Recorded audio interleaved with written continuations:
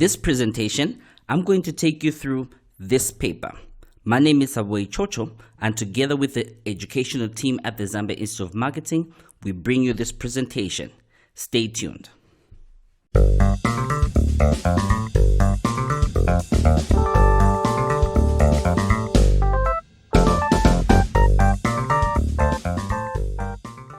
This was the exam for 2019 December, the subject Marketing Fundamentals.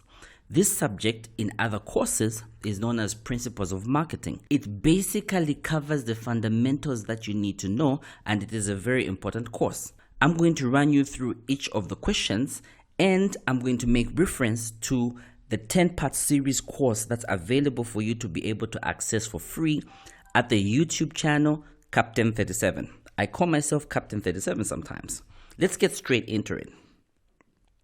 We'll skip the instructions. You can always read those at your own time. Let's get straight to question number 1. There are different concepts of marketing, each of which vary in the function that they deal with.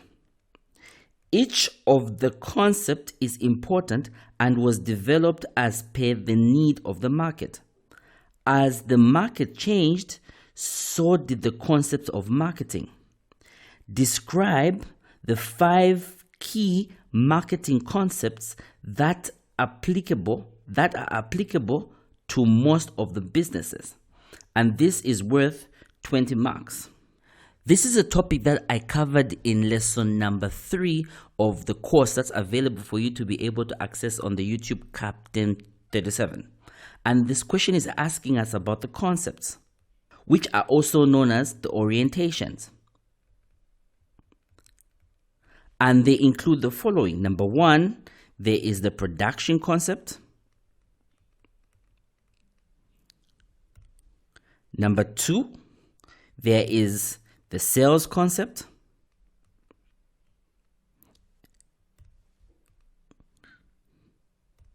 The sales concept. Number 3, there is the marketing concept. So I'll just write marketing so you know what I'm talking about. The 4th one is there is the societal marketing concept. Societal marketing. I'll just write it in short like this. Number 5, there is also what is known as the product concept.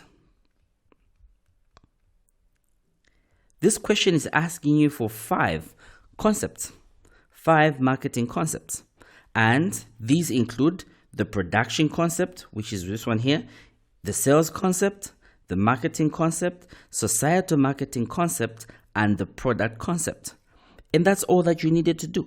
You needed to identify these 5 and describe them. It's important for you to understand what a question means when it says illustrate, when it says compare and contrast, when it says describe, when it says explain. In this particular case, you have to describe. So what you do, for example, if you're going to talk about this particular concept over here, the product concept, you're going to talk about what is involved, and that this one, the focus for a business, okay, the focus of a business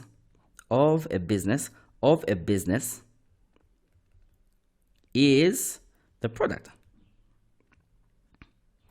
And you would go on and explain and give examples of how some companies focus on only the product without looking at other elements of the marketing mix.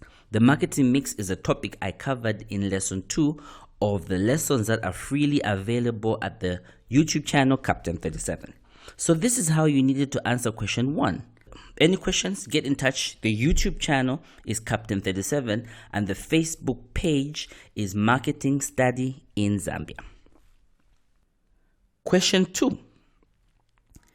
The buying behavior of consumer is affected by a number of factors which are generally uncontrollable. These factors are also known as determinants of the consumer buying behavior. Identify and explain the main determinants of buyer behavior. What happens when you come across a question that you're not sure about? Here's what you need to do. Skip it. I'm going to skip this one. And I'm just showing you what you need to do. I'm going to get back to it and I'm going to answer it. But for now, I am going to skip it. Just like you would skip a paper. Just like you would skip a question. But you should make sure you get back to it. Okay. Question 3. Primary data is data that is collected by a researcher from first-hand sources for purposes of the problem at hand using different methods. Explain any 5 methods you know that are used to collect the primary data. This question is on the topic of marketing research. Marketing research, which is a very important topic that you need to know. So in marketing research, remember that there is secondary information. There's also primary information. When it comes to secondary information, basically what you need to know is number 1, advantages and disadvantages. Okay, advantages and disadvantages, pros and cons. Okay, cons. You also need to know the sources of secondary info. When it comes to primary information, you also need to know the pros and cons, which are the advantages and disadvantages. Secondly, you need to know data collection methods. And this is what this question is asking us. This question is asking us to to explain any 5 methods that we can use to collect primary information. So the methods then include number 1, questionnaires. Number 2, focus groups. Number 3, observations. Number 4, what is number 4? Interviews. And number 5, way in which you can collect primary data. Let's see, I've put questionnaires here, I've put focus groups, I've put observations, I have put interviews. What other way do you think you can use to collect primary data? Thinking. And this is how you think on the exam. You're there scratching your hair. So it's questionnaires, there's focus groups, there's observations. Then there's also consumer panels. 6, there's retail panels. I'm just listing more than 5, but ideally you can pick on any 5 of these. And so I would pick on the first 5. Now what you need to do is you need to write a few notes, very few basic description of what questionnaires are, what focus groups are, what observations are, interviews, and consumer panels. So for example, if you're going to pick on, if what you're going to pick on is focus groups, then you would say that a focus group is a meeting or a gathering of 6 to 10 people who are specifically going to discuss a topic that is going to be moderated by someone who's going to make sure that there's maximum participation. The advantage, you can just go ahead and mention one advantage, and that's basically it. Because for 5 of these that you've identified for 20 marks, it means that you are going to get 4 marks for each. So meaning you don't write very much. 4 times 5 is equal to 20. This is how come you're going to get your 20 marks right over there. So don't write more than you should. Just give a description, an explanatory, I'm trying to sound like a super intelligent person. So just explain in brief what a questionnaire is, what a focus group is, and you will be getting your marks. So let's proceed and talk about question number 4. This one over here. A, define the terms related to market segmentation. And these terms are number 1, market segmentation. Number 2, target marketing. And number 3, market positioning. For each one of these, you get 3 marks. For 2, and 4 marks for the other one. Segmentation, targeting, and positioning is covered under lesson number 9 of the course that's freely available on the YouTube channel, my YouTube channel, Captain 37. You can get to that particular YouTube channel and you can listen in. I actually talk about what market segmentation is, what market target marketing is, and what positioning is. Briefly, segmentation is about breaking down a market. For example, let's talk about students, or let's talk about pupils. Nah, we're not going to talk about pupils. No one is dealing with pupils here. We're going to talk about students. Let's talk about students. Students fall in different categories. You've got people, mature entries, bakulu, okay, entries. Then you have got, those that are age 16.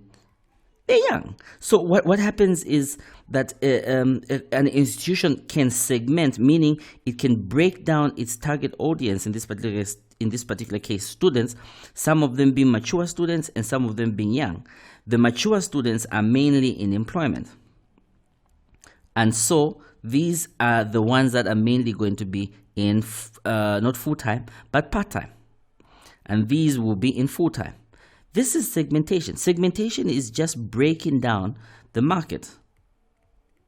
You break down the market. And you just give an explanation.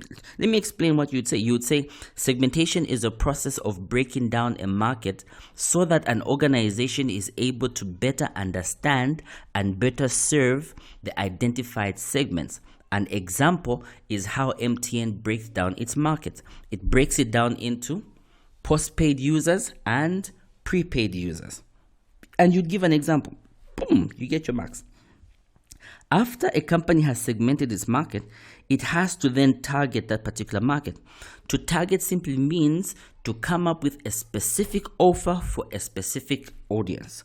That particular audience is obviously the segment. Once a business is dealing with particular customers and serving those customers, a business will have to position itself. To position yourself even in your normal life just simply means you're going to dress in a particular way because that's how you want to be seen. You don't want to be seen as the same as Inonge. You don't want to be seen as the same as Movita. You don't want to be seen as Peter. You want to be different. You want to be Savoy. You want to be Victor. You want to be Bali. You want to be whoever. And so you need to position yourself. So positioning can be on the basis of quality. Positioning can be on the basis of price, like ShopRite, what ShopRite does. BMW positions itself on the basis of price. WhatsApp positions itself on the basis of features. That's how businesses position themselves. So positioning is really about being different, if you want to put it that way. And you will get your marks. It's 3 marks, so you don't really have to write very much. Listen to the lesson. It's lesson number 9 on the YouTube channel, Captain 37. Let's look at B. Briefly, explain key factors needed in order to carry out an effective market segmentation. Now, look, listen, a company can have even 16 segments. Even 20 segments. It is fine. Having all these segments does not mean that the company is going to target all the segments. A company can have 16 segments and only target 4. It can even target 1. But the question here, what this question is asking us is, what is needed for there to be an effective segmentation, an effective market segmentation? The best way you can remember this is using an acronym MASH. This means that the segment must be measurable, it must be accessible, it must be sustainable, and it must be homogeneous. Do you think this is the correct spelling of homogeneous?